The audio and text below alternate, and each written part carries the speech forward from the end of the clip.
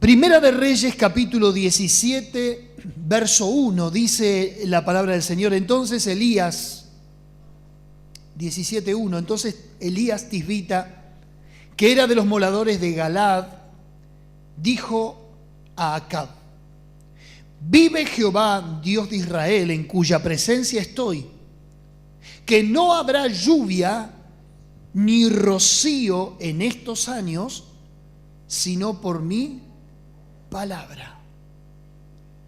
Quédese ahí en el texto, pero déjeme ubicarlo un poco en el contexto social y político que estaba viviendo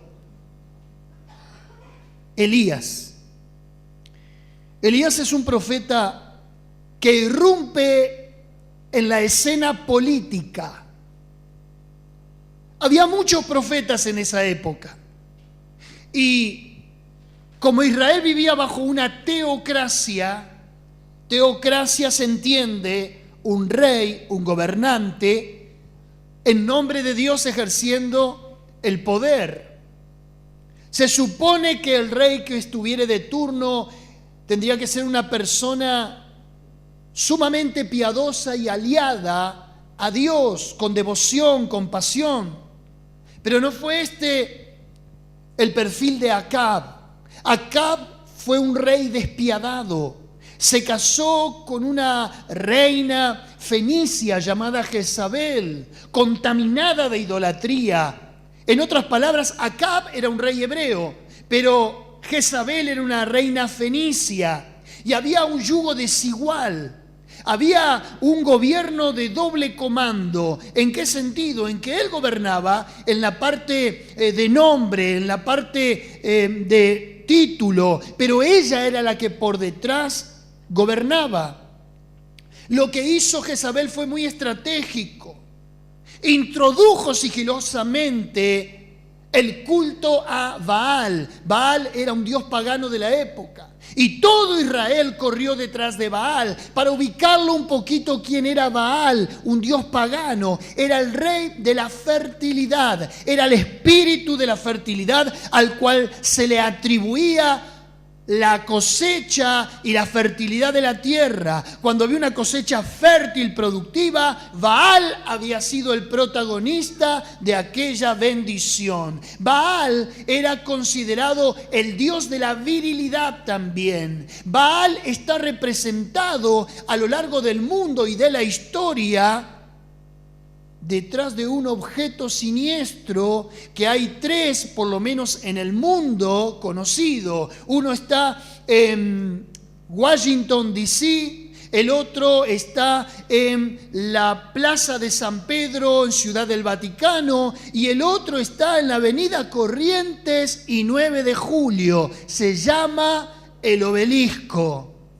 Ese era el símbolo a Baal. Era el miembro masculino, el miembro del hombre, representado en un falo, representado en un dios. A eso adoraban los hijos de Israel. ¿Me está siguiendo? Egipto tiene muchos obeliscos también. El obelisco es la adoración al sol, pero también es el culto a la fertilidad. Es un insulto y una provocación a Dios. La política estaba relacionada con lo religioso en el tiempo de Acab.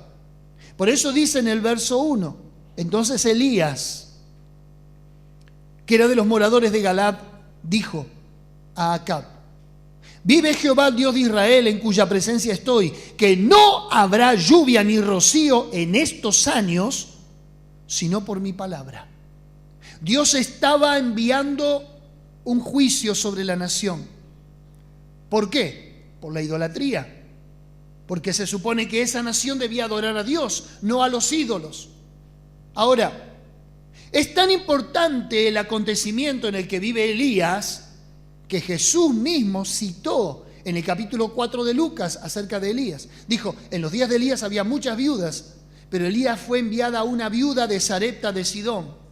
El libro de Santiago, en el capítulo 5, habla de Elías también y dice: Elías era hombre sujeto a pasiones similares a las nuestras. Sin embargo, oró y la lluvia cesó por 3 años y medio y oró nuevamente y el cielo dio la lluvia. Ambos, Jesús y Santiago, mencionaron este episodio porque es un episodio trascendental, porque cuando el pueblo o la nación o un país no se alinea a Dios, viene todo tipo de juicio, de decadencia, no solamente moral, no solamente espiritual, sino también paupérrima economía de miseria. ¿Me está siguiendo? No nos preguntemos el porqué de las razones de un país rico como el nuestro. Hoy padece el flagelo de la pobreza, de la desidia y de la desigualdad. ¿Hay alguien ahí? Decía Karl Barth, el teólogo y pastor luterano suizo, hay cristianos que deberían leer en una mano la Biblia y en la otra mano el periódico. No se pueden disociar estas cosas. Porque Dios no es un Dios que se quedó en la religión de algún tiempo. Dios es un Dios de la actualidad. Y cada acontecimiento que surge en el mundo, hay algo con lo que Dios nos quiere decir.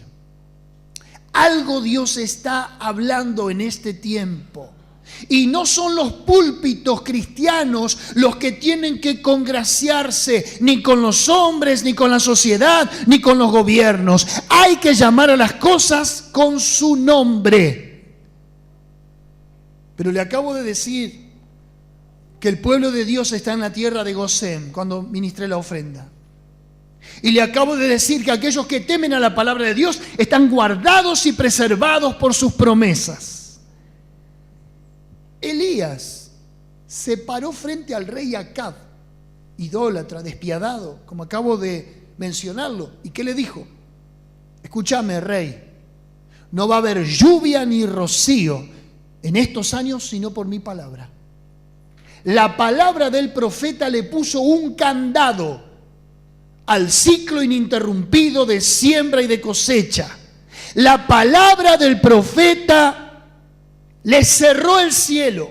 La palabra del profeta le puso término a la idolatría mediante un juicio. Le controló el clima espiritual y económico a una nación. La cabeza de Elías tenía precio, porque en la boca de Elías estaba el abrir el cielo o encerrarlo. ¿Y por qué era tan trascendente abrir el cielo o cerrarlo? ¿Y por qué? Un pueblo que vive de la agricultura y de la ganadería no puede prescindir del agua.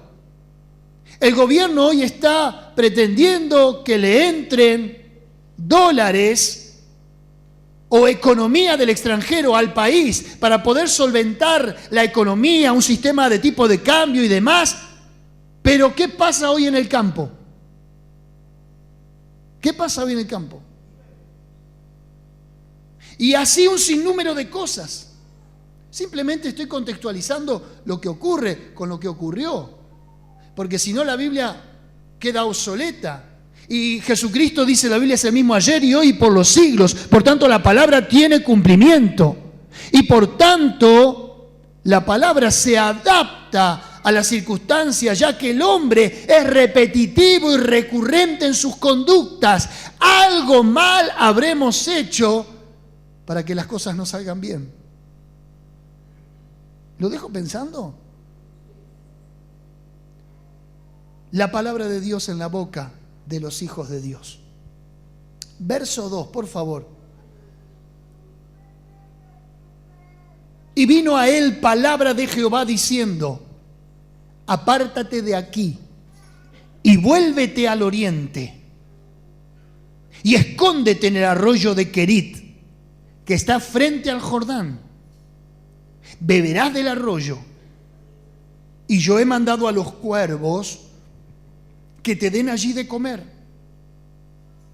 Y él fue e hizo conforme a la palabra de Jehová. Diga conmigo, y él fue e hizo. De vuelta, hizo como le dijo la palabra. Y vivió junto al arroyo de Querit, que está frente al Jordán. Y los cuervos le traían pan y carne por la mañana, y pan y carne por la tarde, y bebía del arroyo. ¿Qué pasaba en todo el otro ámbito? Fuera de Kerit, ese lugar geográfico, había hambre, había sed. Ahora, dos detalles. Los cuervos. Está escrito en la ley que si hay determinados animales inmundos como el cerdo, determinados aves inmundas como el cuervo, que no podían tener relación directa con las cosas de Dios, no eran seres comestibles para la cultura hebrea, judía. Sin embargo, Dios toma de algo que es inmundo y ahora lo torna en algo que va a bendecir a un hijo de Dios. Una característica de los cuervos que me enteré hace poco es que, a diferencia de las demás aves, que primero le dan de comer a los pichones y después se sacian ellos, el cuervo, por naturaleza, primero se sacia él y con lo que sobra le da a los polluelos. Egoísta el cuervo, ¿no? Digan conmigo, no hay que ser cuervos. Ahora, aquí se rompe esa ley que está estudiada por aquellos que estudian las especies y demás. Aquí se rompe esa ley, porque primero le traían a Elías y después comían ellos. Ahora, no me pregunte de dónde los cuervos traían la carne, porque no había. No había una cabeza de ganado que pudiera durar 3 años y medio, porque no había pastura y porque no había agua.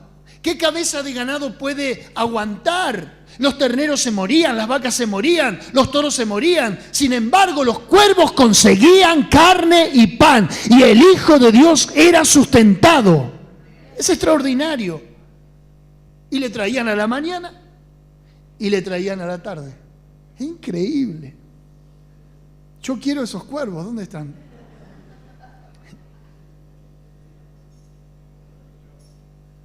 Interesante lo que significa la palabra Kerit, donde Dios lo manda. Y siempre un lugar geográfico responde en nombre a su naturaleza. Kerit era como un pequeño arroyo que se desviaba del Mar Muerto, ¿sí? Kerit significa, en la lengua semita, significa corte o cortadura. Y yo pensé y dije, Señor, ¿por qué lo mandaste ahí al profeta? ¿Por qué necesariamente tenía que ser en Kerit y no en otro lugar? Está bien, había arroyo, podía beber, pero ¿sabe qué? Se llama ese lugar corte o cortadura porque cada vez que en el ámbito social o en el ámbito político o en el ámbito espiritual hay desidia, hay tibieza, hay pecado, hay todo tipo de zozobra espiritual, Dios te corta del resto, te separa y te lleva a un lugar donde te va a preservar, te va a sustentar y te va a proveer. No importa que sean cuervos, no importa que sean animales, no importa de dónde venga el recurso, pero Dios te sustentará conforme a su palabra.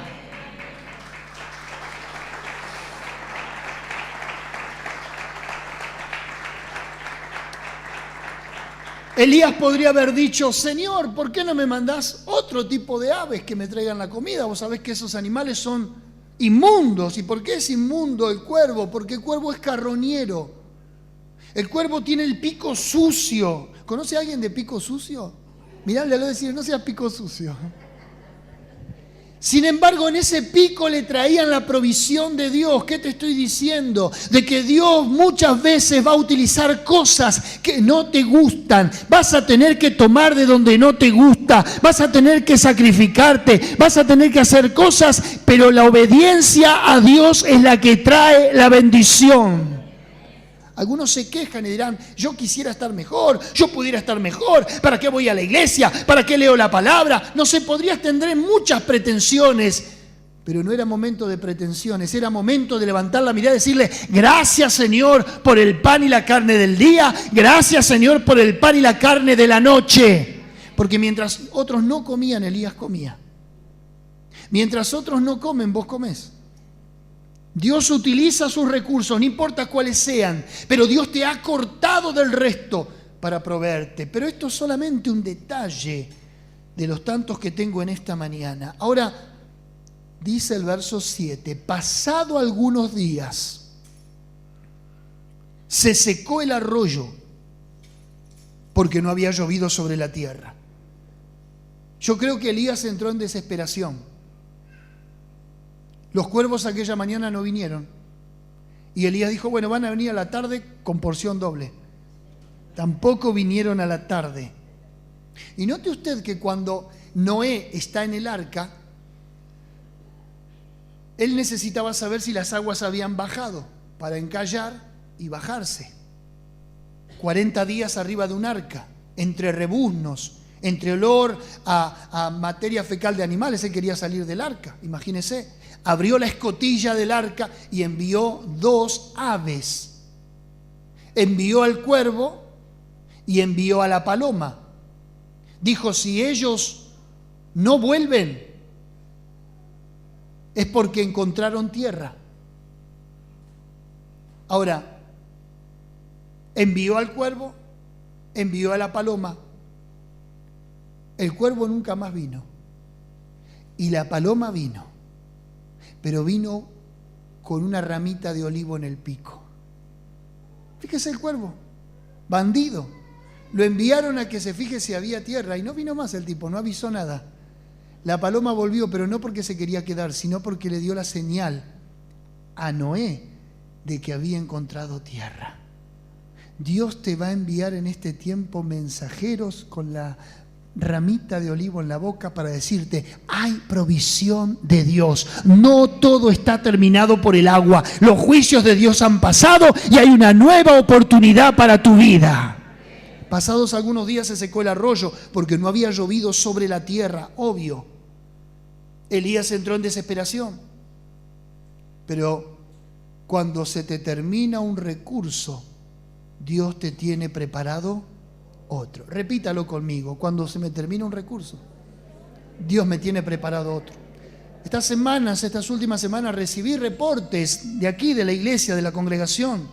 Pastor, me echaron del trabajo. Pastor, se me terminó esto que estaba haciendo. Pastor, ya no sé ahora qué voy a hacer a partir del lunes. Acá está la palabra. A Elías se le terminaron los cuervos, se le terminó el arroyo. Pero escuchá, parte 2. Verso 8. Vino luego a él palabra de Jehová diciendo, levántate. Diga al de al lado, levántate. Vete a Sarepta de Sidón y mora allí, porque he aquí, yo he dado orden allí a una mujer viuda que te sustente. Entonces él se levantó y se fue a Sarepta. Y cuando llegó a la puerta de la ciudad, he aquí una mujer viuda que estaba allí recogiendo leña. Y él la llamó y le dijo, te ruego que me traigas un poco de agua en un vaso para que beba. Yendo ella para traérsela, él la volvió a llamar y le dijo, y te ruego que me traigas también un bocado de pan en tu mano.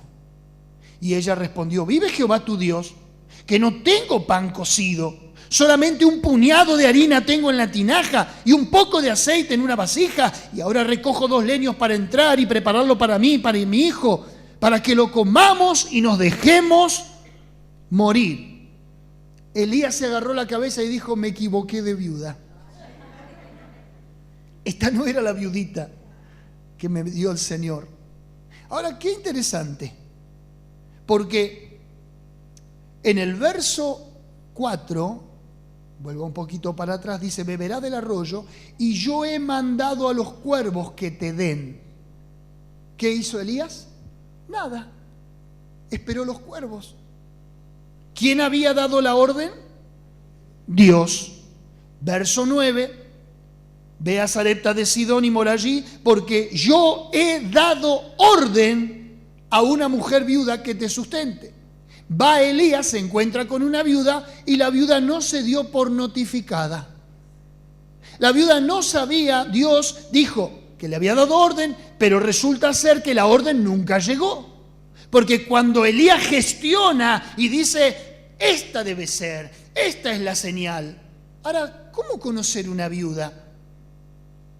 En la puerta de una ciudad como Sarepta, donde había muchos habitantes, porque la viuda tenía una particularidad en su vestimenta. Y la primer viuda que vio bajo ese atuendo, Elías dijo, es esta. Y cuando la confronta, cuando la intercepta, resulta ser que ella no recibió ninguna orden. Es más, a quien Dios había dado la orden no tenía el recurso. Él podría haber dicho, Señor, me hiciste pasar vergüenza. Acabo de pedirle a una viuda, no tiene nada y encima pretende lo poquito que tiene comérselo con su hijo y echarse a morir. ¿No suena algo despiadado y pretencioso? Un hombre grande sacándole de la boca la comida a una pobre vieja y a una criatura. No es desubicado de parte de Elías. Pero Dios le dijo, ¿me está siguiendo? Fíjese cómo operan las cosas en el mundo espiritual. Que hay veces la orden o la palabra de Dios viene a nosotros. Y Dios nos dice, hacé tal cosa, hacé tal otra, movete para acá, andá para allá, habla con aquel, activá tal o cual principio. Pero resulta ser que nosotros nos quedamos así, de brazos cruzados. Y no, Elías tenía que activar la fe de esa viuda. ¿Dios había dado la palabra? Sí. ¿La viuda tenía que sustentarlo? Sí. Pero ahora la conformación y el tránsito hasta llegar a la provisión lo tenía que ejecutar Elías. Él la va probando y le dice, ¿me puedes traer agua? Sí, te traigo agua, sí, es gratis el agua, acá todavía hay. Pero cuando le tocó la harina y el aceite, ella dijo, no tengo. Verso 13. Elías le dijo, no tengas temor, ve, haz como has dicho, pero hazme a mí primero de ello una pequeña torta cocida debajo de la ceniza y tráemela, y después harás para ti y para tu hijo. Porque Jehová, Dios de Israel, ha dicho así, la harina de la tinaja no escaseará, ni el aceite de la vasija disminuirá, hasta el día en que Jehová haga llover sobre la faz de la tierra. Entonces ella se fue e hizo como le dijo Elías, y comió él, ella, su casa, muchos días. Y la harina de la tinaja no escaseó, ni el aceite de la vasija menguó, conforme a la palabra que Jehová había hablado por Elías.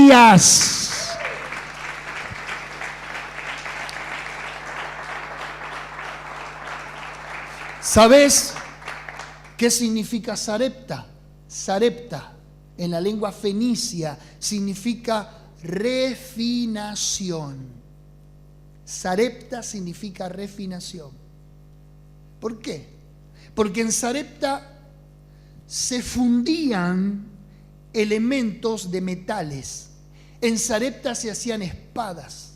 En Sarepta se hacían escudos. En Sarepta se labraban joyas. En Sarepta se fundían metales.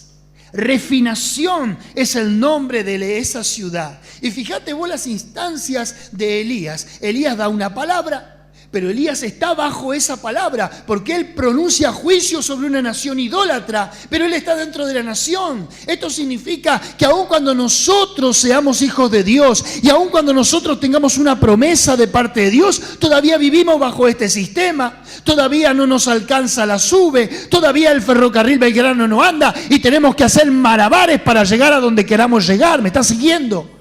Solamente para contextualizarlo en su realidad. Parece ser que hay veces las contradicciones de la vida a nosotros nos ponen en tela de juicio la credibilidad en cuanto a Dios. Pero déjeme decirle que usted, como parte de este sistema, va a sufrir alguna repercusión, va a sufrir algún parte de esa crisis.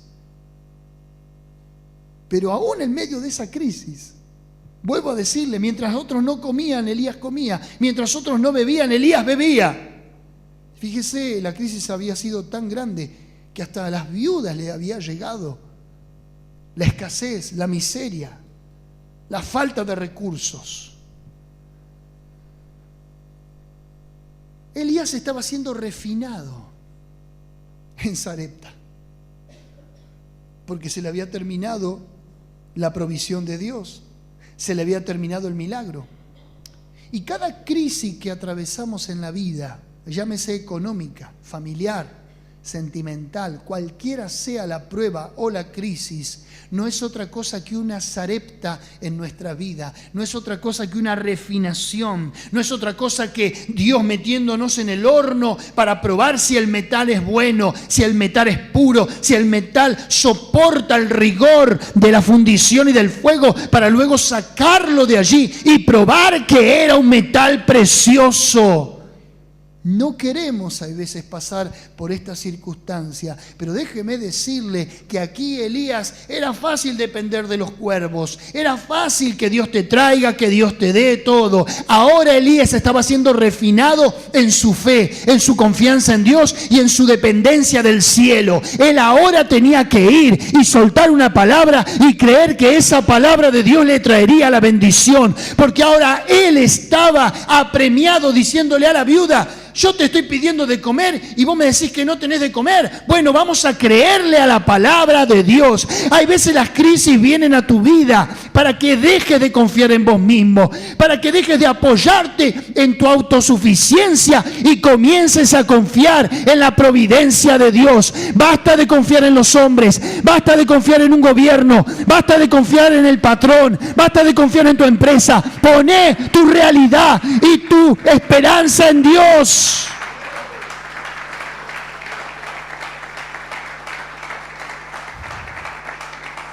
Pablo lo va a decir en una forma más sencilla en 2 de Corintios capítulo 5, porque por fe andamos, no por vista. ¿Cuántos me están siguiendo?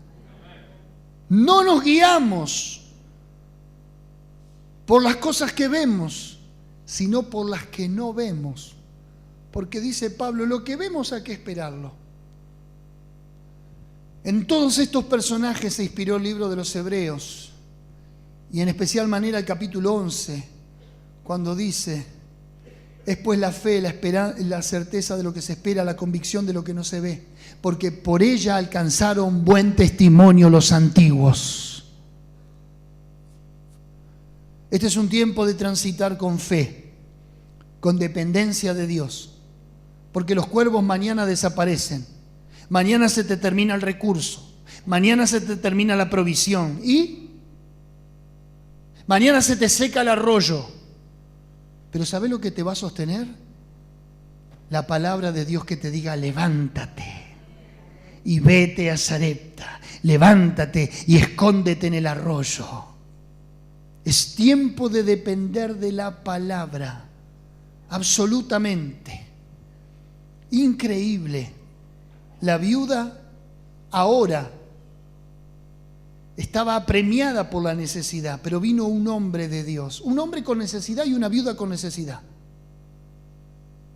Fíjate, algo tenía que hacer Dios. El profeta estuvo para cambiar la realidad. Aquí Elías es un tipo de Cristo. Elías es una figura de Cristo en el Antiguo Testamento. ¿En qué sentido? Verso 13. Elías le dijo: no tengas temor. ¿Por qué? Porque el temor te paraliza. El temor es ese sentimiento ambiguo en el cual vos creés a supuestos. El temor está analizado y descrito por los psicólogos, por los psiquiatras, como un supuesto, porque un 90% de las cosas que tememos jamás llegarán a concretarse. ¿Capiche? ¿Me explico? Ay, tengo miedo a esto. Y por ahí tuviste miedo en vano porque nunca ocurrió. El temor hace que la persona quede inactiva, paralizada, insegura. No tengas temor. Fueron las palabras que dijo Jesús constantemente a la mujer en pecado al leproso, a la familia que perdió la hija, a cada uno con los que Jesús le dijo, primero le dijo, no tengas temor, cree solamente, no tengas temor esto, no tengas temor aquello. ¿Qué dice Elías a la mujer viuda? No tengas temor. Haz como has dicho, verso 13, pero hazme a mí primero. Vuelvo a decirte, Elías parece ser un egoísta, un excéntrico. Primero yo y después vos. Pero en ese primero él y después nosotros, nos terminamos beneficiando nosotros. ¿Qué dice el Señor? Buscad primeramente el reino de Dios y su justicia, y todo lo demás vendrá. Y vos decís, pero no, ¿cómo que tengo que buscar primero el reino? No, primero tengo que buscar satisfacer mi necesidad. Primero tengo que buscar yo estar sano. Primero yo tengo que estar libre. Primero yo tengo que estar bendecido. Y después, bueno, cumplo con el reino. No. En el Evangelio es el reino del revés. Como aquella canción popular, infantil de María Elena Walsh. Vamos a ver cómo es el reino del revés. El que quiera salvar su vida la perderá. Y el que la pierda por causa de mí la hallará. Mire, todas las cosas al revés. El que se humilla, Dios lo enaltece. Y el que se enaltece, Dios lo humilla. Es todo al revés en el Evangelio. Hay que morir para vivir. ¿Qué dice Elías? Hazme a mí primero. ¿Qué pide Dios? Él primero. Su reino y su justicia. Y después todas las cosas te vienen solas. El tema es que nosotros siempre queremos hacer las cosas a nuestra manera. La viuda quería comer ella y el hijo. Era obvio, era razonable, era lógico, era sentido común, era un criterio sano, está bien. Pero las cosas espirituales funcionan de otra manera. Primero pone a Dios y Dios luego te dará todo lo tuyo. ¿Por qué? Porque ella hizo como le dijo el profeta. ¿Cuáles fueron los resultados? La provisión, los recursos, el sustento, la solvencia. Cierro con esto. Verso 17. Comieron muchos días, fueron provistos de toda bendición del cielo, en medio de la escasez, en medio de la necesidad. Lo que es recurrente aquí es que siempre la palabra de Jehová, la palabra de Jehová, la palabra de Jehová. Elías era un hombre de la palabra. Verso 17. Después de estas cosas aconteció que cayó enfermo el hijo del ama de casa. Y la enfermedad fue tan grave que no quedó en él aliento. Y ella dijo a Elías, ¿me sigue? ¿Qué tengo yo contigo, varón de Dios? Has venido a mí para traer a memoria mis iniquidades y para hacer morir a mi hijo.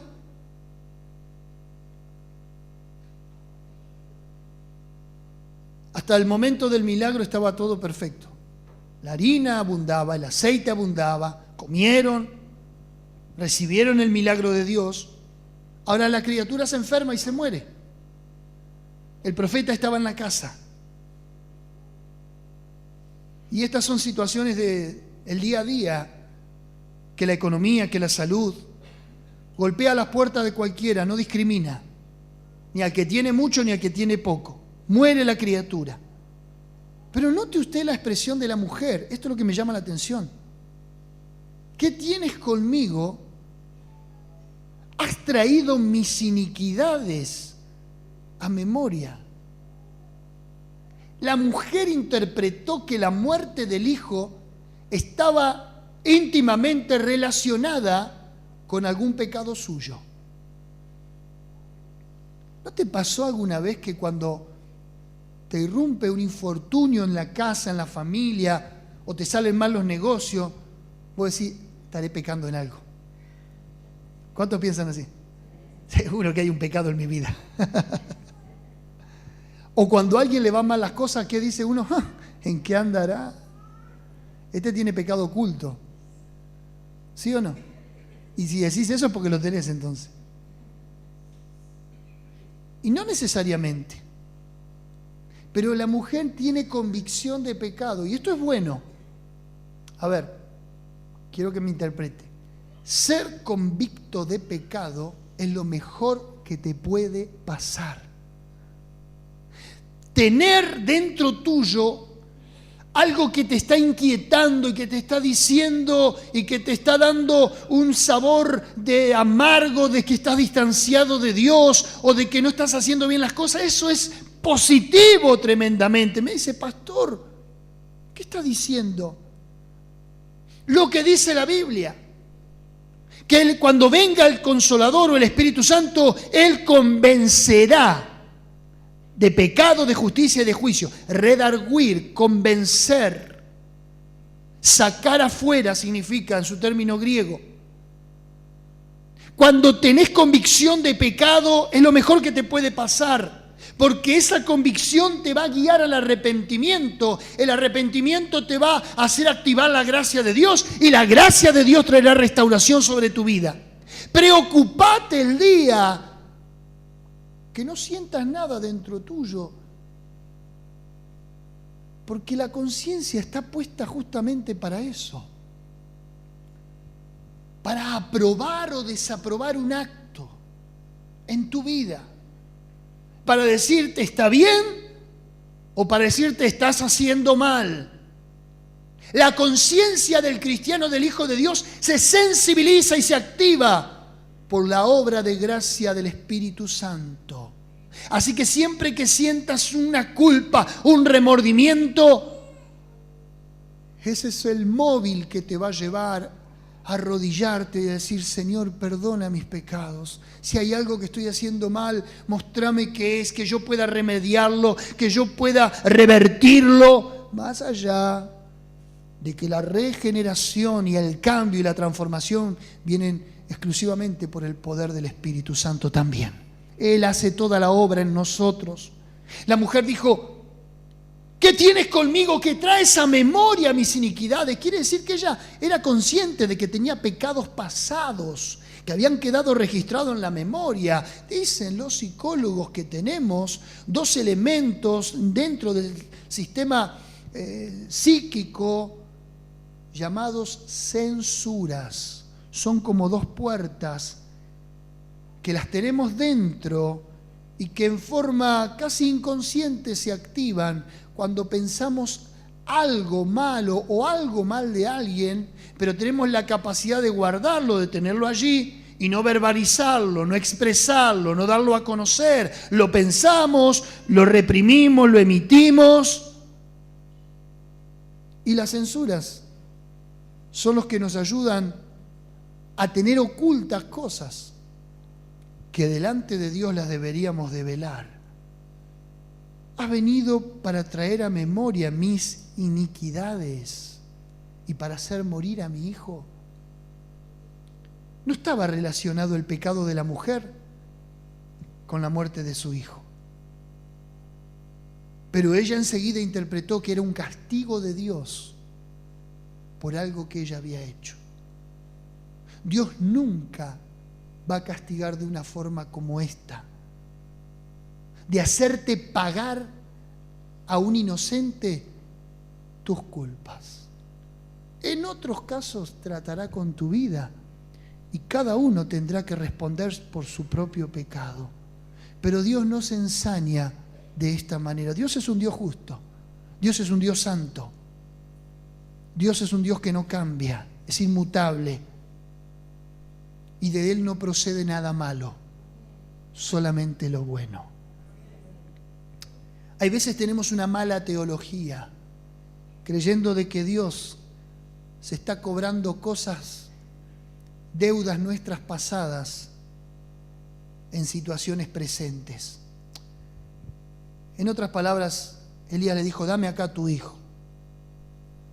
Verso 19, entonces él lo tomó en su regazo y lo llevó al aposento donde él estaba, lo puso sobre su cama y clamando a Jehová dijo, Dios mío, aún a la viuda en cuya casa estoy hospedado, has afligido, haciéndole morir a su hijo. Mire, el profeta estaba interpretando lo mismo Se tendió sobre el niño 3 veces y clamó a Jehová y dijo: Jehová, Dios mío, te ruego que hagas volver el alma de este niño a él. Y Jehová oyó la voz de Elías, y el alma del niño volvió a él y revivió. Lo resucitó. Tomando luego Elías al niño, lo trajo al aposento de la casa y lo dio a su madre, y Elías le dijo: mira, tu hijo vive.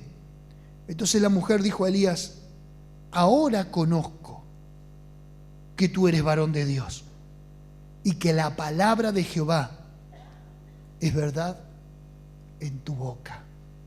¿Quiere decir que no se percató del milagro de la provisión?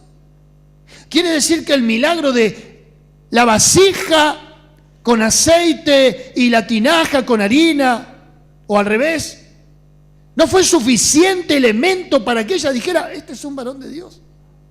No, tuvo que pasar una tragedia, tuvo que resucitarle al hijo para que diga: ahora sé que sos alguien que Dios me mandó. No importa, llegó tarde, no la entendió.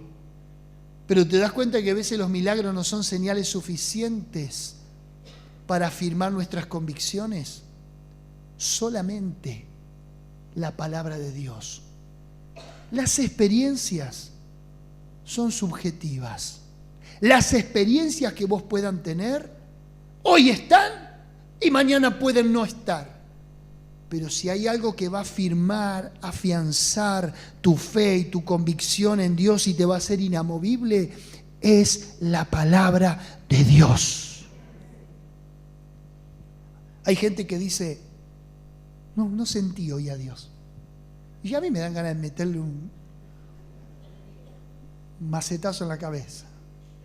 Como si Dios se tratara de que lo sientas vos o no. Como si que vos los hayas sentido pone a Dios en el trono o lo saca a Dios del trono. Hay gente que es muy sensitiva. No sentí hoy. Que vos sientas o no, es tu estado de ánimo. Dios sigue estando Dios ahí. Basta de esas experiencias. Hoy soñé. Y te abre el ojo así tipo Maradona, ¿viste? Tuve una visión. Déjate de eso. Agárrate de la palabra. Que la palabra de Jehová es verdad en tu boca. Bueno, pasado muchos días, capítulo 18, verso 1, vino palabra de Jehová en el 3er año diciendo: ve, muéstrate acá y yo haré llover sobre la faz de la tierra. Como toda película, esto tiene un final feliz. Dios volvió a visitar a su pueblo, pero Dios volvió a dar la lluvia, la cosecha, de vuelta funcionamiento a la economía de una nación. Pero en esos 3 años y medio, Elías aprendió a depender de Dios, ni de los cuervos, ni de una viuda, de Dios. Mi pregunta en esta mañana es: ¿en quién estás dependiendo? Los milagros son buenos, sí. Dios te va a sorprender, Dios te va a abrir puertas. Pero la palabra de Dios es lo que tiene que afianzarte en la vida cristiana. Tengas o no tengas, Dios traerá el recurso, pero la palabra de Dios no cambia.